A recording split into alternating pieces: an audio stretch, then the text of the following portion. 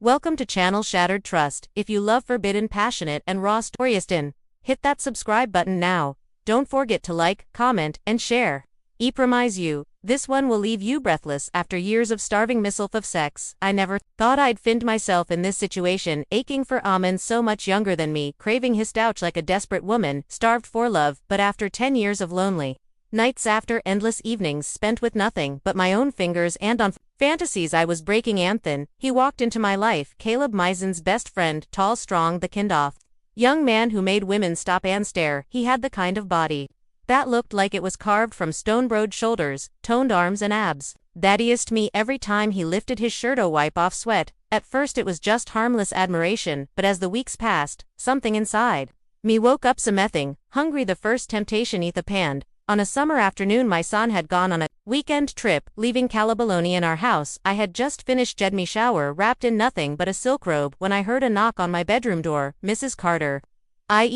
Yuri C. Isn't working. Mind if I borrow a fan? I hesitated, my heart pounded. Come in. I called, my voice softer than I intended. Caleb stepped inside, his shirt clinging to his damp chest, his dark eyes locking onto mine, and in that moment, I felt thought electric charge, that unspoken hunger. His gaze flickered to the open slit of my robe. The curve of my thigh barely concealed. I should have tightened it, I should have sent him away, but I didn't. Instead, I leaned against the dresser, letting the silk slip just a little further down my shoulder. It's so hot today, I murmured, watching the way his throat bobbed as he swallowed. Caleb let out a shaky breath. Yeah, really hot. Air between us was thick, dangerous. His hands clenched at his sides. He was fighting me. Andy loved it the moment everything changed. Ed stepped closer just enough that I could smell his sweat, his cologne, his desire. I looked up at him, my body screaming for something forbidden. Caleb, I whispered, trailing my fingers lightly over his arm, feeling the heat of his. You don't have to go just yet. His breath hitched, his jaw tightened.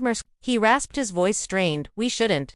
But his body told a different story, and as I reached up, my lips, just inches from his eye, knew this was the moment I could never take back. Things are about to get even hotter.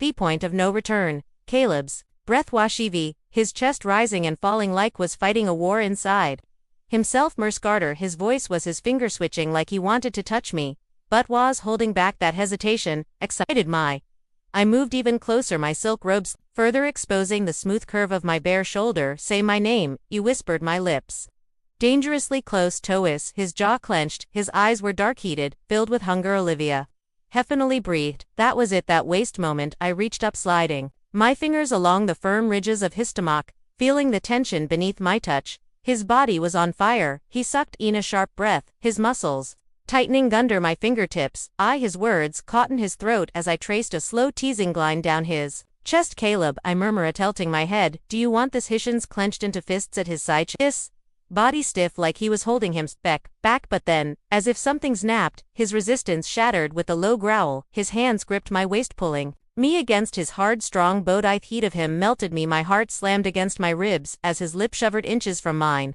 His breath hot, his body rigid with restraint. I've wanted you for so long, he admitted, his voice thick with need. I gasped as Heffinally touched me, really touched me. His fingers skimmed up my thigh, pushing the silk aside, his grip firm, possessive. Caleb, my voice was a breathless plea. Anthony, finally, his lips crashed against mine. The kiss was hungry, desperate, reckless. I tangled my fingers in his thick dark hair, pulling him closer, pressing my body into his. His hands explored me, claiming every inch, like he had been starving for this moment. I moaned against his lips, arching into him, needing more. His breath hitched. Wash be doing this, but his hands betrayed him. They didn't stop, and either did one, because for the first time in 10 long lonely years, I finally felt alive. The morning after, or so I thought, I woke up breathless, my skin still tingling from his touch. The taste of him lingered on my lips, my body craving more, but as I stretched, reaching for Thuermith, of the man who had set my soul on fire, I realized the bed was empty. Caleb was gone. For a moment, I lay there, my heart pounding, replaying every sinful second of the night before, the way his hands had explored me, the way his lips had claimed mine, the way he had worshipped my body like he had been waiting forever to do it. But now, in the morning light, reality hit me. What had we done? The forbidden temptation returned. Just as I was about to slip out of bed, I heard a noise. My breath caught footsteps, sand, then the bedroom door creaked open. Caleb stood there, shirtless, sweat glistening on his toned chest, his dark eyes locked onto mine. I went for a root, he said, his voice low, husky. Needed to clear my head. I swallowed it, pulling deep inside me at the sit of his powerful body. Did it work? I asked, my voice softer than I intended. Heeks hauled sharply, stepping inside, closing door behind him. No, I barely had Tomato react before he was on me again. Hishins gripping my waist, his lips crashing onto mine, losing control. I moaned as he pinned me against the wall, haze body pressing into mine, the heat between us igniting once more. I can't. Thinking about you? He admitted, his breath hot against my skin. Tell my you don't regret it. Regret? The only thing I regretted was not doing the sooner. My fingers traced the hard lines off his chest, my lips teasing his jaw. I didn't regret a single second. His grip tightened, his control slipping. Good Beckus. I'm not done with you yet, and just like that we gave in again, this time without any hesitation. His kiss was fire, his hands rough yet tender dug into me hips, as he backed me against the wall, his body pressing into mine. With a desperation that mirrored my own, I could feel every heart inch of him, the proof of his desire burning through his gentle me to stop. He rasped my lips, his voice raw, but I didn't. Instead I tangled my fingers in his hair and pulled him closer, my tongue sliding against his in a slow sinful dance. His groan vibrated through me, sending a shiver down my spine.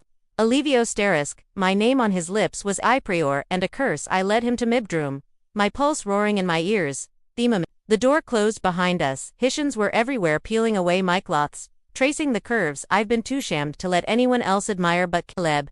He worshipped me. You're so beautiful, Asteriski. Breathe, his mouth trailing down my neck.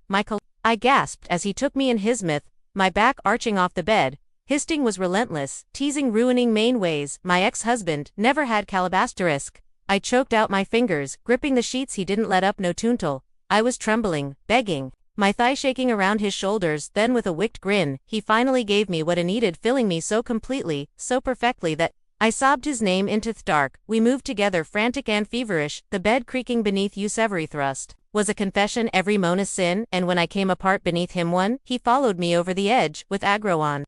I knew there was no going back. Speech balloon. What do you think happens next? Asterisk, will their secret be discord? Can they keep their hands off each other, or will guilt tear them apart? Drop your predictions in the comments, and don't forget to like, subscribe, and turn on notifications for more sinful stories. Asterisk, forbidden love has never been this hot. 1 year later, the letter arrived on a Tuesday. Dear Mrs. Carter, we regret to inform you that your son Ethan has formally withdrawn consent for any contactee. Didn't need to finish reading the embossed university letter, had sod. Now my fingers trembled as I set the paper down on the kitchen counter, the same counter where Caleb had first kissed me, where we'd crossed a line that could never be uncrossed. A warm hand settled on my shoulder. Hey, Caleb's voice was deeper, now steadier. The boy he'd fallen for had become a man in Thestalon months. You okay? I turned into his embrace, breathing in his familiar scent with smoke in that cheap cologne hair fused to stop wearing. He changed schools. Caleb crossed the country because of us. The truth sat between us like a third person in the room. Caleb's arms tightened around me. I know. Flashback 3 months after that first night. Asterisk, you disgust me. Asteriskathon's voice had cracked like he was 15 again, not 19. The duffel bag at his feet was already packed. Asterisk, my best friend. Seriously, Mom. I'd reached for him. It wasn't planned. Was it worth it? His eyes, my eyes had burned with betrayal. Asterisk, was he? Asterisk, present day. Asterisk, Caleb pressed his forehead to mine. We could reach out, try again. I studied the man who'd recadand rebuilt me, the laugh lines around his eyes from our secret weekends at Thelak. The scar on his collarbone from when we'd gotten reckless in the kitchen thway. He still looked at me like he hung the moon, even when I felt like Thevelane in this story. No, I whispered, resting his jaw. Some fires burned too hot to put out. The doorbell rang. Caleb frowned. You expecting someone? I wasn't, but when I opened the door, the past stood on my porch in a wrinkled suit, holding a bouquet of wilting daisies. The some kind he brought on our first date 22 years ago. Hi, Olivia. Asterisk, my ex-husband's smile was hesitant behind him. A moving van idled at the curb. Caleb's presence loomed behind me. Azalin storm. I didn't need to turn around to feel his tension. The way his fingers had curled into fists. One man represented the life I'd lost, the other life I'd chosen, and as the autumn leaves swirled around us in the quiet suburban street, I realized this wasn't an ending, it was a reckonings. Speech balloon. Who should Olivia choose? Calabashan scandal, a love that burns bright but might destroy her. Asterisk, her ex-stability, forgiveness, a chance to build her family, herself walk away from both 6 months after everything burned. The courtroom air smelled like stale coffee, and regret. I adjusted the collar of my blouse to tight like everything else in my life these days, as me lawyer slid a document across settable full custody to Ethan's father. Asterisk, She murmured while supervised visitationally across the aisle. My ex-husband wouldn't meet my eyes. Beside him, our son me baby stared at the wall, like I was already a ghost and Caleb wasn't here. Flashback the night it all fell apart, You knew this would happen Guide screamed at him, hurling the framed photo. Ethan's high school graduation, against the wall near Caleb's shed. You selfish reckless I love you His roar shook the windows verse that's supposed to be a secret present day. Judges, gavel cracked like a gunshot case. Dismissed I walked out off that courthouse into a rainstorm, the October wind whipping my hair, like a punishment. That's when I saw him leaning against his truck in that damn leather jacket, looking older than his 22 years. Olivia rain dripped down his double jaw. Wanted to lick it off, wanted to slap him. You shouldn't be her My voice sounded dead. Caleb bushed off the truck, his boots splashing in the puddles. I got accepted firefighter training in Colorado.